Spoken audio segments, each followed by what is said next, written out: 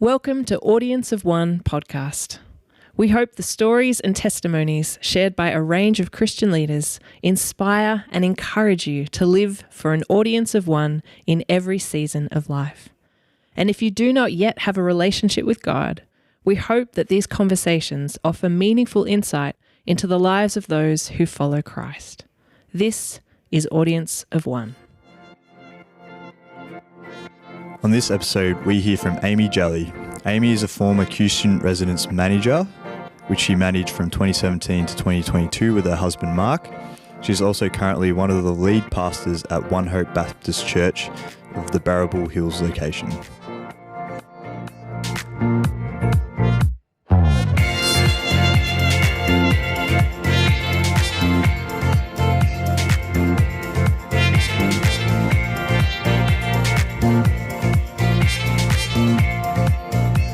Amy Gellie, thank you for joining us. It's great to have you here. How are you going? So good to be here. So good. Thanks, Reg. Yeah, going really well. It's just nice to be back in a place that I love, in Kew, with you guys. You've had a bit of history here before, Amy. Sure have, yeah. I remember you, Reg, when you were a young spring chicken, just finding your way in the world, living at Res. Yeah, and now you're at Barrabool One Church? One Hope. One Hope, Church, yeah. sorry. So One Hope Church, but at the Barrabool Hills campus. At Barrabool Hills, awesome. And what are you doing down there at the moment? So my husband and I are the lead pastors of that campus there, so doing that and, yeah, just raising children and enjoying the coast when we can. Well, yeah, we definitely appreciate you having you on, Amy. So I guess, can you tell us a bit about your early years growing up and what your family was like growing up and, what your experience was there? Yeah, I'd love to. Well, I grew up, I was the youngest of four. I was a massive surprise. I've got three older siblings and then there was a 10-year gap and then I turned up. But actually, I used to grow up and say, I was a mistake, and everyone would go, like this. But I never actually felt like that because my mum had actually had a stillborn baby 3 years earlier to when I was born.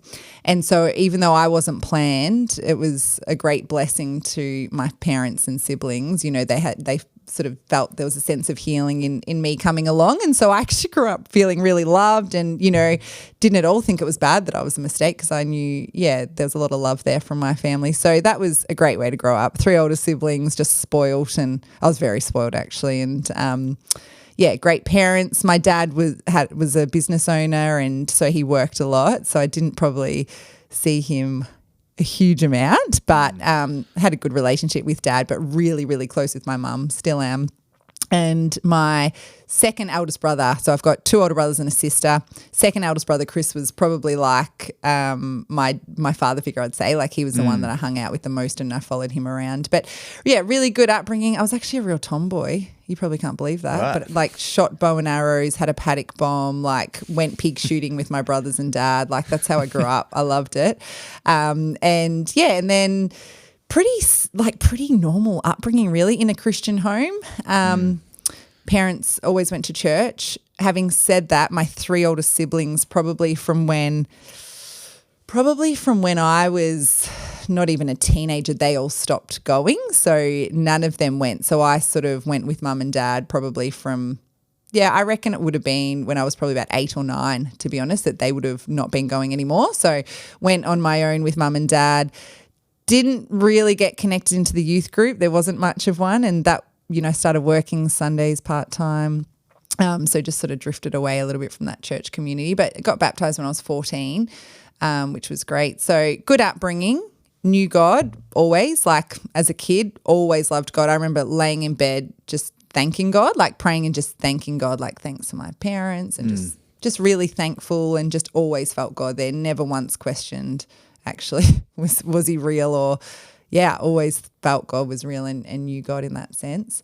So that was my upbringing. Do you want me to talk a bit more about we'll get to that? Yeah, absolutely. We'll get to more after that. I guess you touched on, obviously, a few of your siblings sort of went away from church. Did that sort of have a bit of an impact on you wanting to go or? No. It didn't at all, actually. Like, as I said, I would say I was always strong in my belief in God and feeling loved by God, but the habit of church and church community and youth group that sort of went by the wayside. And so I wouldn't have said there was a point in my life where I said, I'm going to not follow God now. Like I'm going to choose not to. It wasn't that at all. It was, I'm not really connected into church or youth, so I'm just going to keep going over this direction with all my friends, and there's lots of fun things over here, the parties and the boys and all of that. And so slowly I just drifted, and even though my belief in God was still there, I still would have said I was a Christian for sure, but my life didn't reflect that at all. My life didn't reflect that I was following Jesus. Right. Even though in my heart I knew he was real and I'd made that decision. So I don't think my siblings had that impact. I think it was just my culture and my context of friends and school and lack of having roots down in a community that I really just started to kind of drift off. So that was probably mainly from about... Like I was baptised at 14. I reckon probably from about 16, definitely, like even before that, but 16 definitely I'd started to really sort of drift off, and God was still there, but church and following him wasn't a priority at all. It was kind of just live the way I want, see what I do, have fun with friends and all of that. Great having you on the pod, Amy. Thanks for coming in. Sorry, you'll have to stop me because I will just keep talking. No, it's very interesting.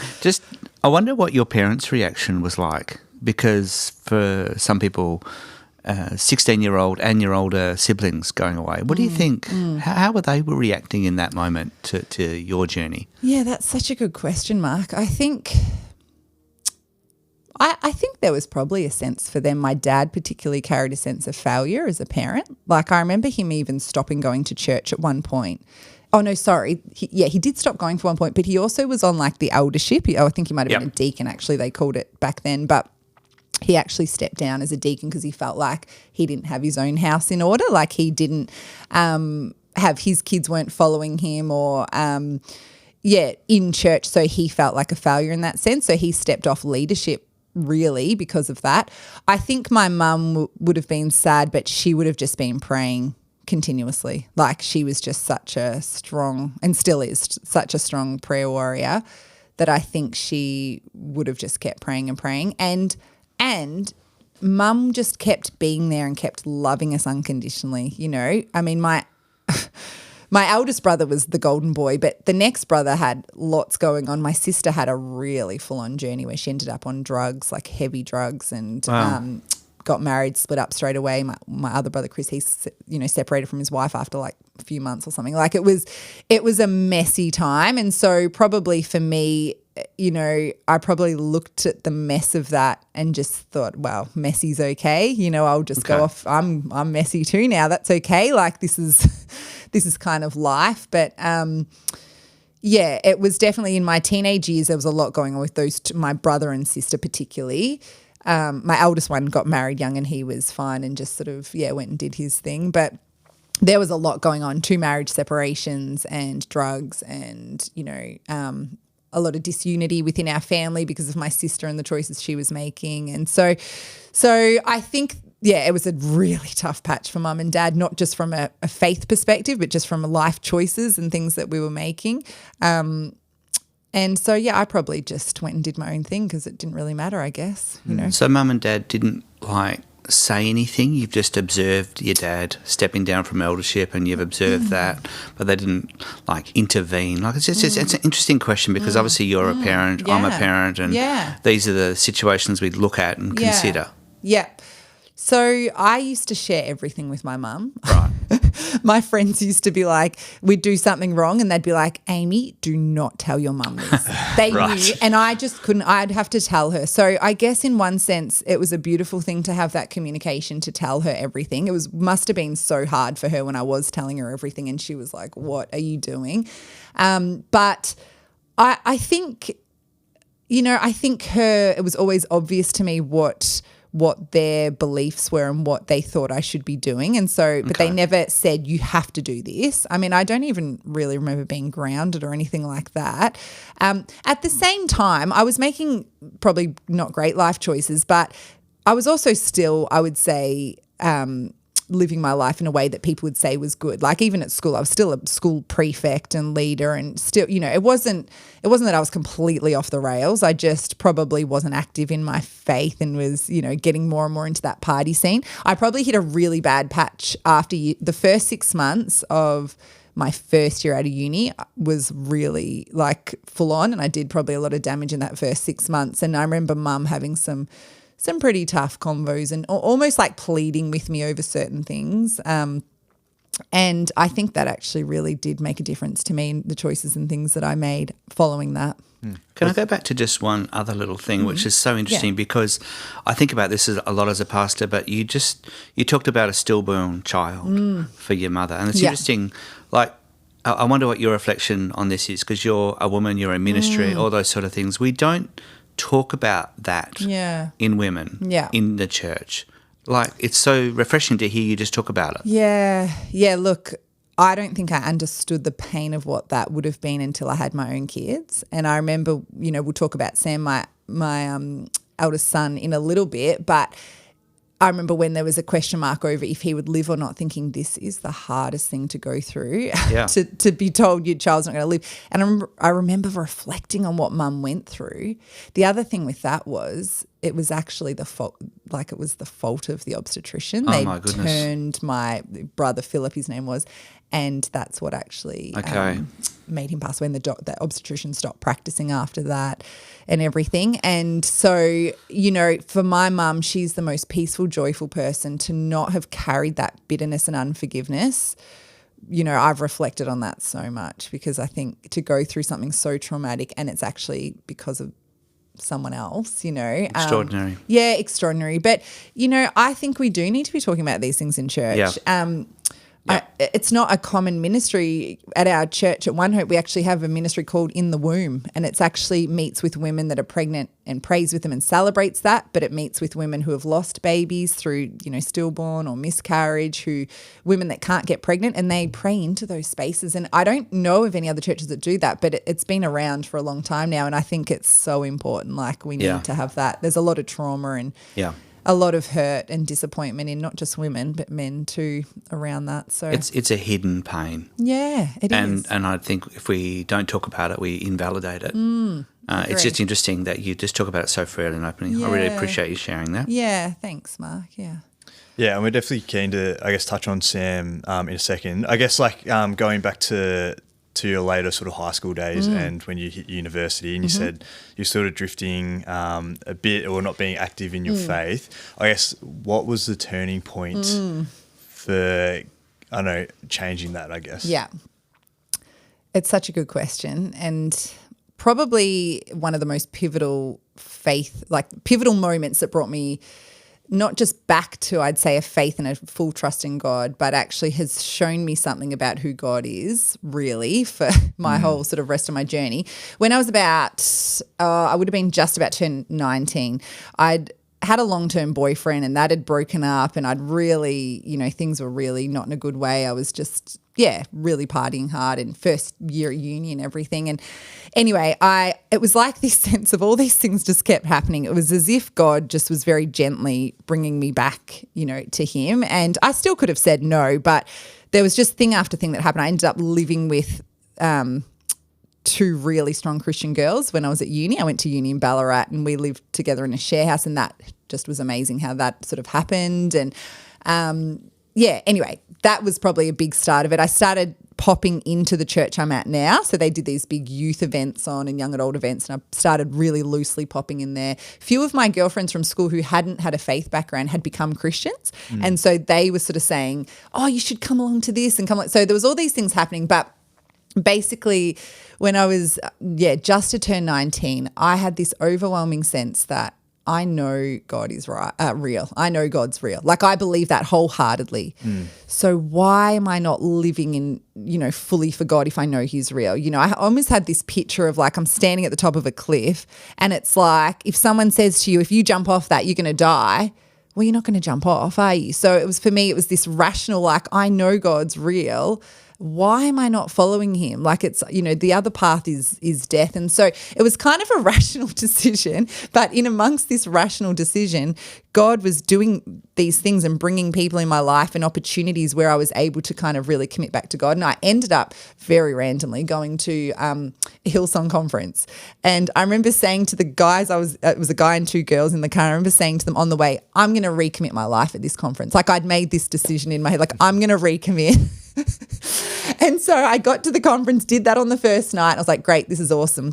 What I didn't expect is I got home, and even though I'd made that recommitment, there was still such temptation with sin, and I felt so unworthy.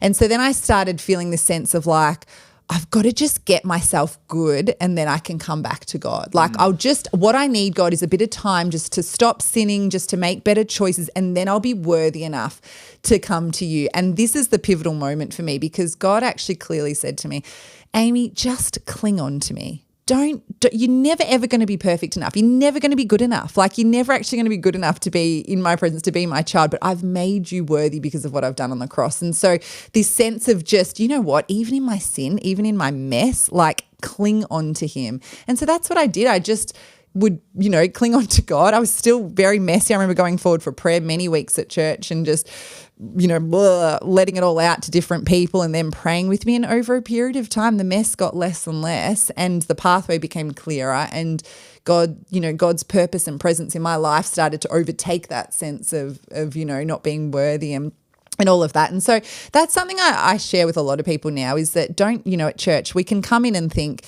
we've got to get ourselves to a point of being okay, worthy, good enough. And it's just the biggest lie. Like, actually, God just says, come as you are. And it's him that makes us worthy and righteous. And so that was a big moment for me. And yeah, still definitely not perfect, but Just that moment, we've had a number of people on the pod talk about God speaking to them, and I'm really interested. You said God spoke to you and told you to cling to him.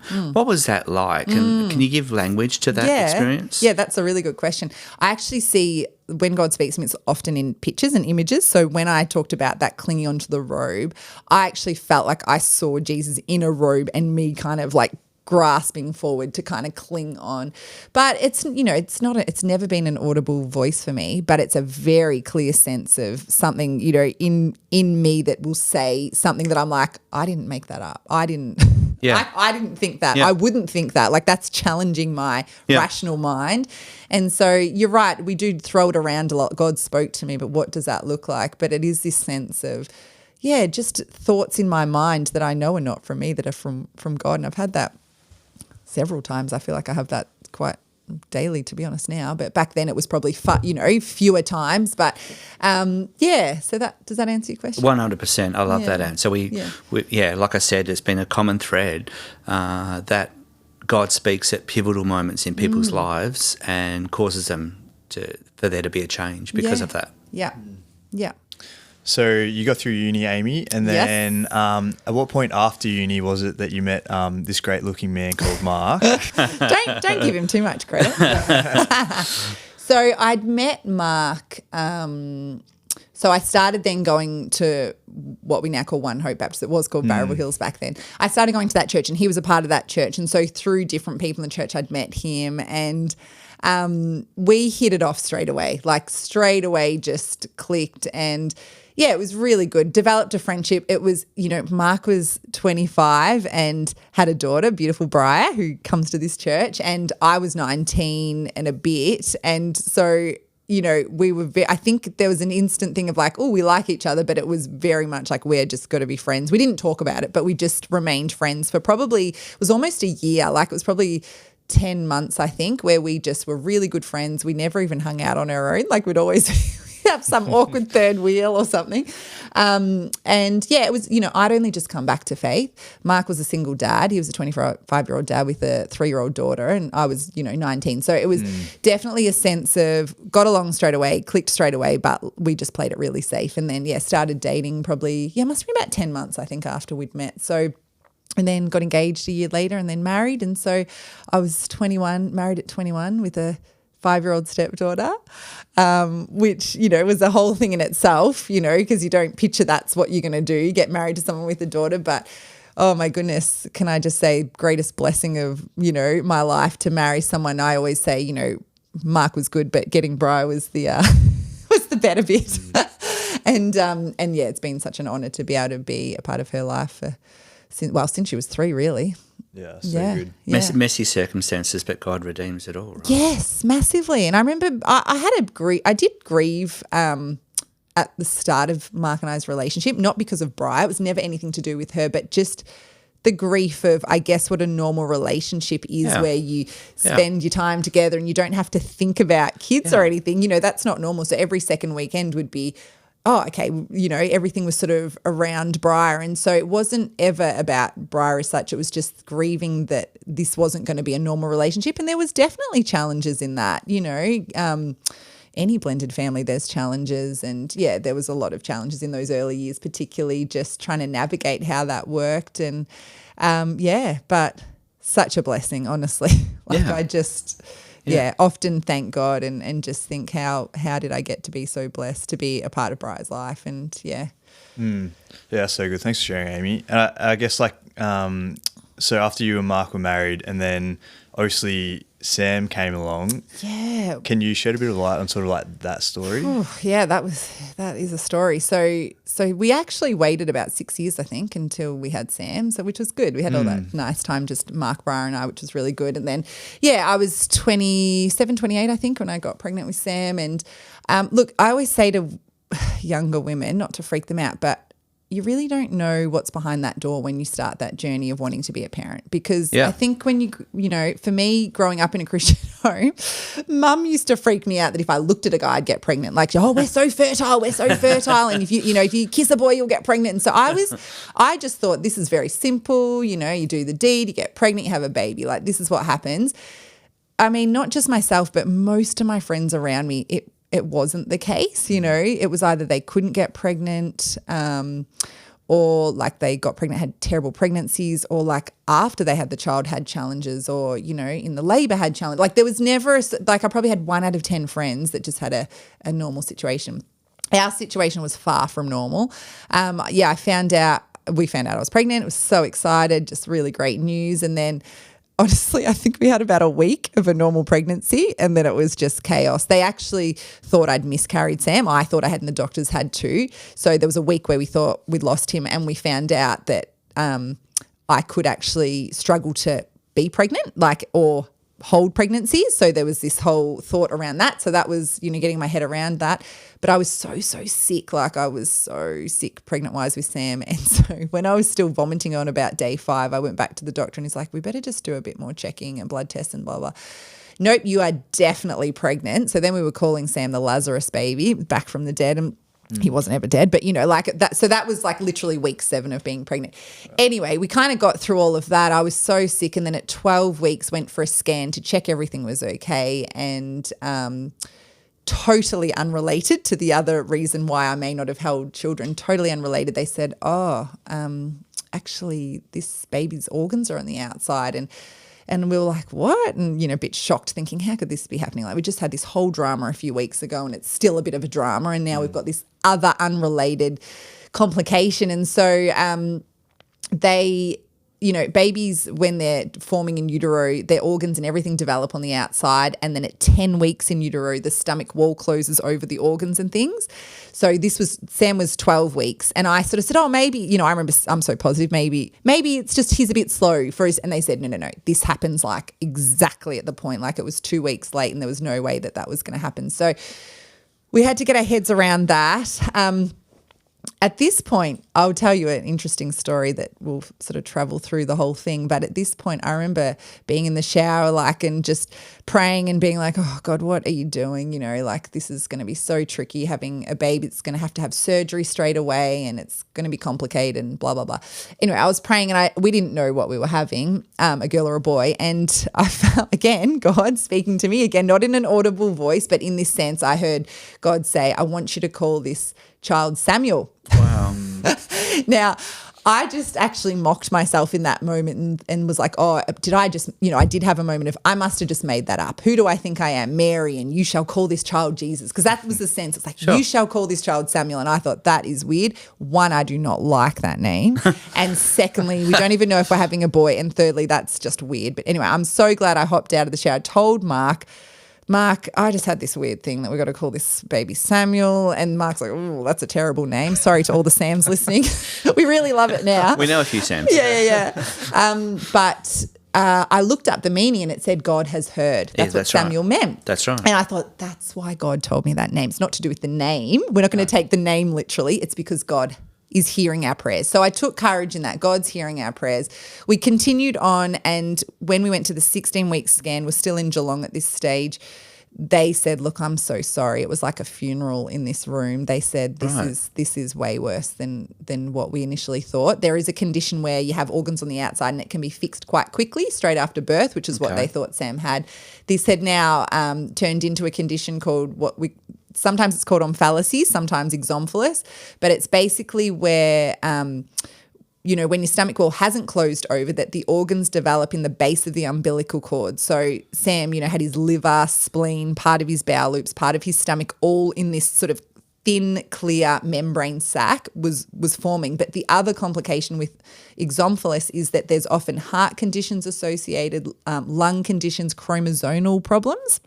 And so at 20 weeks, we had to go and get an amniocentesis. And this was to find out if he had something called Edwards syndrome, which is a lethal syndrome which babies don't actually survive. There was no point for Mark and I that, ending Sam's life through abortion was an option. We were never going to do that. And so we went purely to get this test to find out, are we still going to go down a medical path, or are we just going to have to carry this child and entrust him to God for whatever happens naturally, because there was a lot of medical stuff we sort of had to do along the way. So that was probably, in all honesty, the hardest point of the pregnancy, because we had to wait a whole weekend.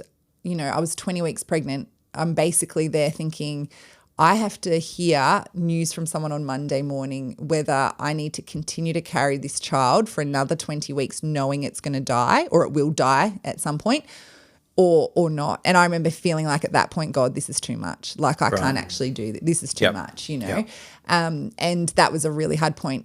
The ridiculous thing of all of that is the person that was meant to give us the news on Monday, we're all by the phone waiting, just never called. Like we couldn't get onto them. They were sick and hadn't bothered to kind of get in. So we had to wait till the Tuesday and just knew nothing. Anyway, he was all fine. There was no chromosomal problems. So that was great. We're over that big hurdle. But then the next one was they were fairly certain he had heart problems. So then we were with all the top cardiologists and, and they were looking. And I remember sitting in a scan, honestly, it was about an hour, and I'm just laying there. They're not telling you anything. They're just scanning, looking for things, not saying a word. So you don't know what's happening. And it's funny because before we went for that heart scan, we had such a faithful community around us. We were at One Hope, where we are now, and honestly, we chose early on to be very transparent with what we were going through. Right. I wasn't a pastor at the church at the time; I was a key leader, but Mark, my husband, was a pastor, and we just were very upfront with our whole church about what we were going through, and they were praying. They were praying their little butts off, and actually, it showed all along the way where God's hand had changed something. And the heart thing, that had been something we'd brought back, they're saying now he's got a heart problem. When we went, we were in there for an hour because they couldn't find it. Whatever they'd seen before with the heart, they couldn't actually see it. And so, it was like, oh my goodness, okay, that's another thing. At about 26 weeks, we had to, by this stage, we were all up in Melbourne at the Royal Women's, and it would be it was so hard because every time we'd go to these appointments, we'd be full of faith and we'd just get smashed down. Like, this is going to happen, this is going to happen. The child could die this way, this way, this way. There was no hope. It was actually so oppressive. And it wasn't that they were just being mean. It was the truth. They were just relaying, these are the statistics. This is what we've seen medically. And that was so hard. And by the end, I would be in the car on the way to Melbourne crying because I just didn't want to be in that space of having death spoken over this child where, you'd sort of have a week or two and you'd get yourself back into a place of faith and then it would just get smashed. But this one day we actually, long story short, but we were waiting to build a house. So we'd moved in with my parents, and so, which was such a blessing. But we were driving to Melbourne and did the appointment. We came back and my mum, who's such a prayer, she just looked at me. She just cleaned and prayed the whole time we'd be at these appointments. She'd clean the house and pray. She just looked at me. She knew nothing of the Samuel conversation that I told you about earlier. And she said, I don't know what's going to happen with this child, but it needs to be called Samuel Mark Gellie. Oh my goodness. She knew nothing. We still didn't even know if we were having a girl or a boy. We didn't find out the whole pregnancy. So I looked at Mark and said, bad luck if it was a girl. I know, it was going to have to be Samantha, wasn't it? Yeah. I looked at Mark and said, oh my goodness, okay, if this child is a boy, we're going to have to call it Samuel now. That's been me, and now Mum said this. She knew nothing. Anyway, still didn't tell anyone about the name thing. Kept on going. About 30 weeks or a bit more, things Sam was still growing. There was they could see this exomphalus, this big hernia. They called it giant. They said it's huge. It's one of the biggest ones we've seen, And again, the conversation was always, look, this is how your child's probably going to die. I remember one obstetrician saying, because exomphalus can be quite small and it can be more manageable. And I remember him saying, look, 9 out of 10 of these babies are okay. I just think that yours will be the 1 in 10. Wow. Like these are the things getting spoken to us. Wow. It was just ridiculous, actually. Anyway, at about 35 weeks pregnant, I remember Mark saying to the obstetrician, do you think we should make a plan? Because there was no plan for birth or anything. They just were waiting for this child to die. There was not a plan forward at all. And they sort of said, yeah, we probably should. So we had to come live up in Melbourne for the first week before he was born and had a planned Caesar just before we left. So we left our church and had all the church got around us and prayed at our last service before we moved up to Melbourne. And I look across at Mark afterwards and he was just crying, and he's not a big crier, and he was like bawling, and he said, Amy, you need to talk to Daniel. And Daniel was a young guy. He would have been maybe 25 at the time. No, probably younger. He probably would have been early 20s, and we'd been his youth leader. He had this whole big document that he had in front of him, a whole big letter that he'd written. And he said, look, I was praying for your child in the shower. Randomly. Random. And I just kept getting the name Samuel. And I've written this whole letter about Samuel from the Bible, and it was this whole prophetic word about this child who we still didn't even know if we're having a boy was going to be like Samuel in the Bible that would hear God's voice and from a young age. And so, it's interesting, isn't it, in life we go through these scenarios where we're in this absolute place of darkness and suffering. Like that's how I would describe it. It felt so dark, so oppressive, but God keeps breaking through with these little droplets of hope, and the name thing was one for us. I kept thinking, God, why are you naming this child? Like you're naming this child, like this has got to mean something, this is significant. Another time I remember when I was pregnant, I hadn't felt Sam kick, and all the doctors are talking about him passing away, and it just felt like they were talking about him as though he was this really weak child, and I just said to Mark, we've just got to remember there's a baby in here, and at that moment, bang, massive kick, my first kick from Sam. So there was so many things like that along the way where in our grief, in our suffering, God just kept breaking in. Anyway, do you want me to keep going with what happens next, or do you want to? No, okay, all right, I'll try and tell it quick. But basically, he was born, amazingly born. They held him up, and Mark's face was, he's a boy, and it was just, there is Samuel. He was stable really quick. They took him. Delivered at the women's hospital. He went straight to the children's. Oh, quick side note before that. The day of his birth, obviously, we were so nervous, and everyone in our family circles, everyone was waiting to hear and praying. I had to get a Caesar, but they have to assign a midwife still too. So we're there waiting. We had all this time with the midwife. Turns out she's the youth pastor at New Hope Baptist. This is 12 years ago. Right. So I'm literally getting wheeled into theatre, and she's slipping me scripture. Like I'm reading scripture going in. It's like, come on, God, this is too good. So there was little things like that, which was amazing. But he was stable. He went to Children's Hospital really quick, which was a really good sign. There he was in an induced coma for 2 weeks in the neonatal intensive care. I had my first hold of him. I have to remember this now. I think it was like 22 days or something. It was, maybe not. No, sorry. Maybe it was 16 days. It was like 2.5 weeks or something. It was like, that's the first time I actually got to hold him. Basically what they had to try and do is they had to keep him still because they were so nervous about the basically this, we called it his bump, but it was really just this clear membrane at the start. They had special dressing on it, and so the goal at the start was to keep him still, keep him calm, and put a special dressing on it to create like a covering that it sort of got a thicker covering. And eventually what they did is it grew skin over the top. That took 9 months, but we were in Children's Hospital for 4 months. So he spent 99 days at the NICU and then 2 weeks on the ward. Then we came home with pretty much like a whole hospital. He was on breathing support. He had a feeding tube. We had dressing changes. We had to come up for, every week. It was intense. Like we had, when he was about 8 to 10 months old, we had 3 really bad hospital admissions where there was, because when he was little, he was actually really stable, even though he was, on a lot of medication and breathing support, and he'd been in the induced coma. He was actually really stable. There was no sense that he would die. But that 8 to 10 months, he actually, what was happening was he was getting like he had a feeding tube, and the liquid that was getting put down was actually flooding his lungs. And so there was one time he ended up, well, 3 times he ended up in intensive care. He couldn't breathe properly. And one of the times was horrendous. He was so unwell. I remember being there, and they called the big Met call, and the whole like ward came and into the room, and like you get pushed, like it was full on. That 8 to 10 months was really intense. So there was the first time I felt like I could actually lose him. Like it was really hard. But anyway, he improved. They worked out things that were going wrong, and he got stronger and stronger off medications. He was off all his breathing support at 18 months, and then finally off his feeding tube at he was 3.5 years old, which is crazy. So he did not eat proper food until he was 3.5 years. Wow.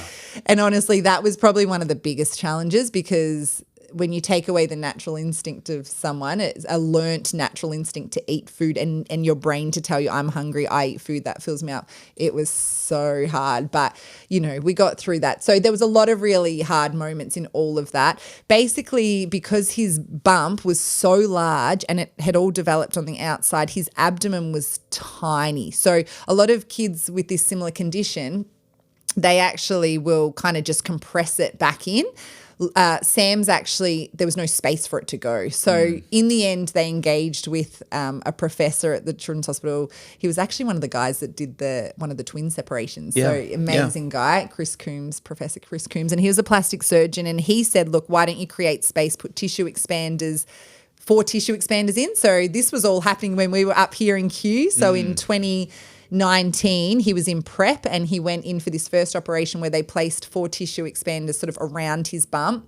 And then once a week we went into the hospital and got he had to get saline injections in to create 1.5 litres of space. This is then when COVID hit and we were here, and, you know, he was a kid that wasn't allowed to do anything at this point, because if he, you know, did something too rough, he might burst one of his tissue expanders. So actually, it was kind of a blessing COVID happened for us in that sense, because he wasn't at school, so he didn't miss out on playing and footy and all of that. He just kind of was at home. You know, the resis were amazing with him. All of Kew was amazing with him, and such a huge support to our family. And just, yeah, again, like one hope had just been praying. So this went on for about 8 months. And then, would you believe, 5 years exactly today. I realised this morning. Oh, really? Yep, 5 years exactly today ago in 2020, he went in and had his final surgery, where he basically, they took out all the tissue expanders and then placed everything back inside. Now, this had never been done in Australia. The first time they've done this type of surgery in Australia. They said to us beforehand, look, he's very likely to lose his spleen, possibly part of his bowel, where it's very unlikely we'll be able to close up his tummy wall, because there's just so much there. We'll probably have to do another surgery in a couple of years. Anyway, they said it'll be about a 6-hour minimum surgery. So we got him in, and he went into surgery. We came back home here, actually, to Kew, back to our house, and honestly, we were in the greatest peace. We could feel the prayers of everyone. We were just uplifted with supernatural peace. Like, I was just doing the washing. Sure. Mark Mark went off for a run. It was weird. Like, that is what I would describe as supernatural peace. Yeah. But the professor rang me, and after about an hour, and he said, look, it's going really well. We've taken out the tissue expanders, and we're going to start part 2. It's going to take a long time. We're not sure how we're going to go placing the organs back in, and blah, blah, blah. Anyway, so we thought, we've still got ages. Anyway, he rings back like another hour after, and he said, look, everything's gone so well. Wow. He said the organs literally fell in. Wow. And I was like, oh, that's interesting. And he said, we've actually been able to close his tummy wall. Nothing's been harmed. The surgery had only gone for like 3 hours or something. He's like, you can come in and see him in intensive care. When we got to the hospital, we kept bumping in, because there was so many people in the room with surgery, because they'd never done it before. So they had all the people they wanted to teach, all the people that had been on Sam's journey. It was quite a big crowd that were in there. And we kept bumping into all these people, and it was like they'd seen a ghost. Honestly, they were so weird, and we're like, what is going on? And then they just kept retelling the story from their point of view, and they're like, oh, Chris, who was the professor, they said, you know, Chris was Chris was about to put all the organs back in, and someone walked through the door, like an actual person, walked through the door. He turned around and looked at that person, and when he turned back, the organs were in.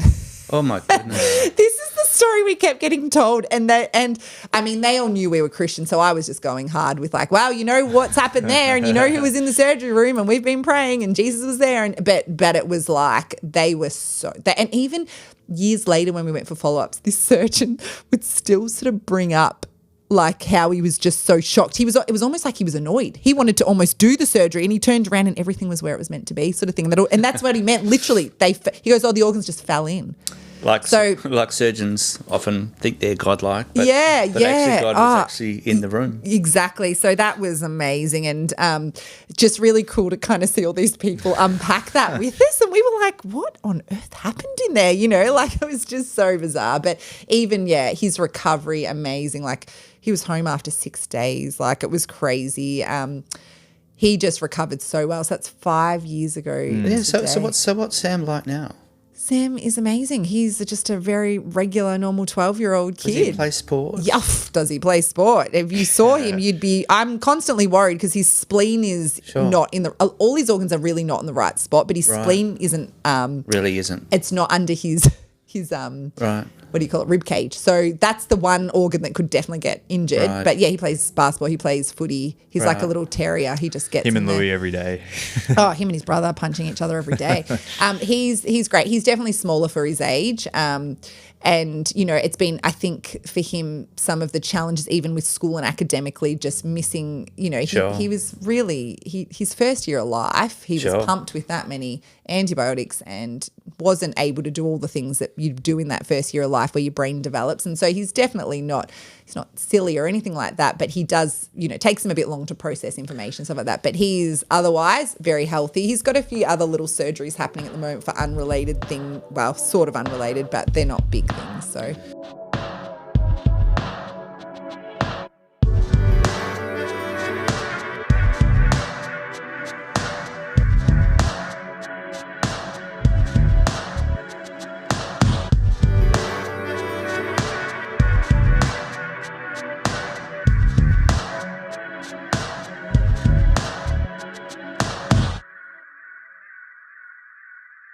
So here's the big question around that. So here's his name, and I'm sure he knows his story. He does, yeah. What do you think he thinks about it? Do you think there's undue pressure on him? Like, how do you theologically sort of process this now for yourself? It's so interesting you say that, Mark, because it was only recently we were talking, and I tend to go pretty hard with my kids. They get little mini sermons quite regularly, which, I need to, pull back on at times. But I'd sort of said to him about some of the stuff that had been spoken over him as a kid, and he got really upset about it. Right. He said, are you just telling me this is what I'm going to be and this is what I'm going to do? Yeah. And I felt so bad. And so I had to unpack that with him. Yeah. And there is a sense for him, a lot of his medical trauma was that actually so often he was pinned down and had stuff done to him. Like even the day of his last surgery. No voice. They couldn't actually get him to take the mask. They had the best anaesthetist there. We were doing everything we could. In the end, three doctors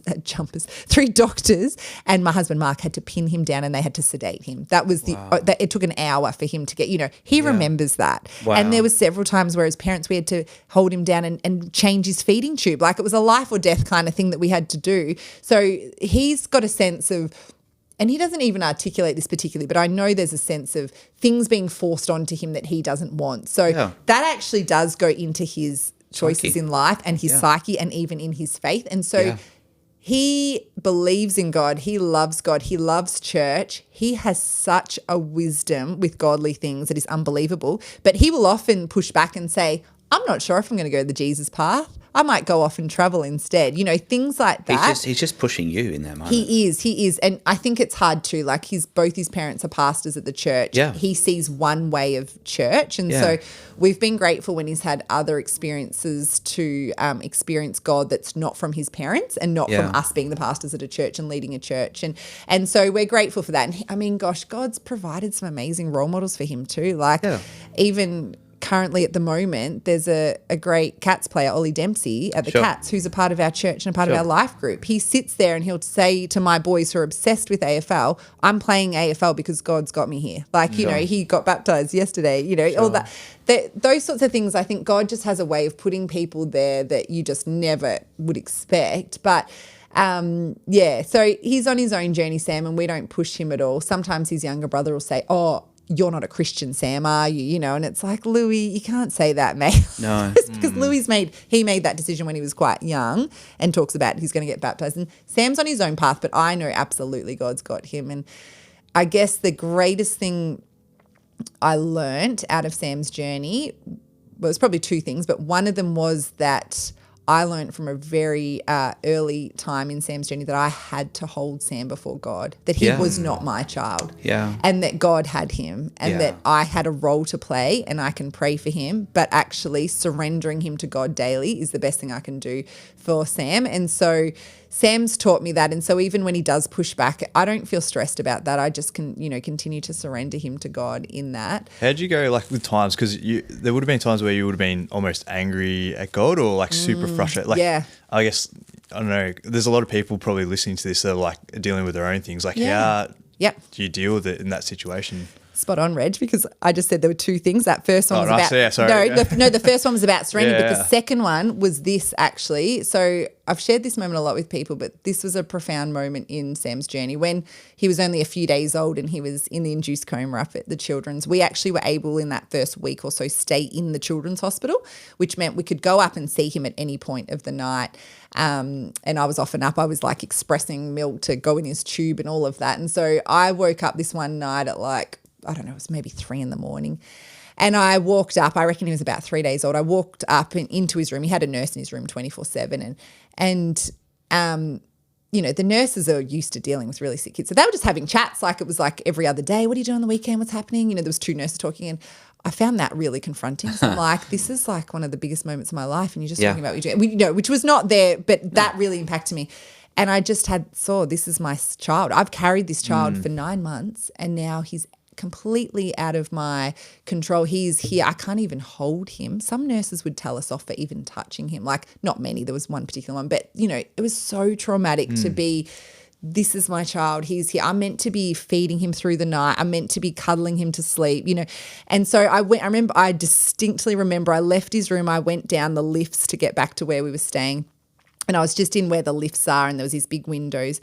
And I had that moment of like, why, God? Yeah. Like, why are you allowing this to happen? Like, this is so traumatic. This is so bad. Like, it was the lowest moment. It was the darkest and most, I guess, hardest point where I just felt this sense of why? And there was a sense of anger.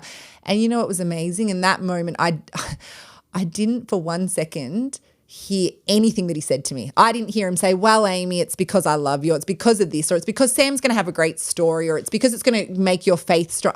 I heard nothing, but I felt God's presence in a way I'd never felt him before. It was like it overcame me and just I knew God was with me. Like I knew he loved me and he was with me. And so that actually showed me, because I think before that moment, I was afraid to go through hard times. I was afraid of suffering. And I think a lot of Christians are, particularly when you're younger. I think when you're a young adult, you don't want to go through suffering. No one wants to go through suffering.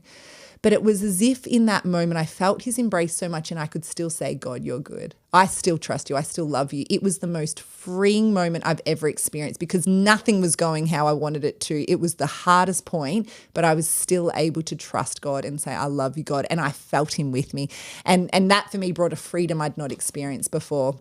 And I think it's actually that moment was pivotal in my whole faith journey after that, to know that, it doesn't matter what you go through, that actually our faith is not about what circumstances we're in, what God blesses us with or doesn't bless. It's got nothing to do with it. It's actually just about God being with us, and in that we trust him no matter what. And so that was the second thing. The first was learning to surrender, Sam, and that's flowed into a lot of my life where I go, God, you know what? I'm going to surrender all my kids to you. I'm going to surrender my marriage to you. I'm going to surrender our finances to you. I'm going to surrender my future to you. All of that letting go and just giving over to God. But secondly, that point of not having almost at the point where you feel like you've got nothing, but knowing you've actually got everything in God is such a freeing moment. So nice. That's so good. It's an extraordinary story, Amy. I guess, it would be awesome to keep talking. I guess you have a limited amount of time, but what is God doing in your life currently as well, as we like to ask? Because we do interview a lot of people and, inspiring stories like this. Yeah. But I guess the story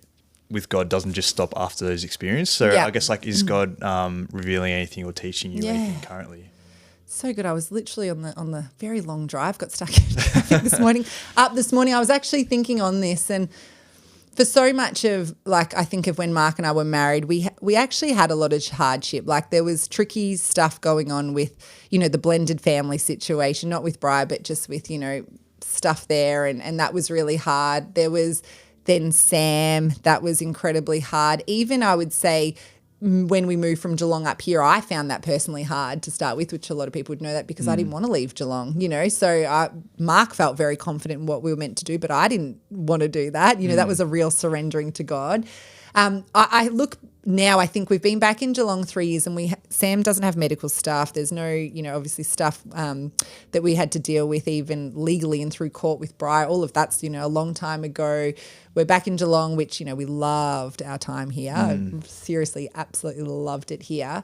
But, back close with friends and family that we've loved being around. And so it's actually the last 3 years for us has been a really simple, easy comfortable to some degree journey. But what I've found and what I'm finding is it's almost as if now, there isn't the chaos of a lot of things in our life. It's like God's showing me things about me. And I believe it's like this transition of even myself in my own ministry and leadership and things and Mark too.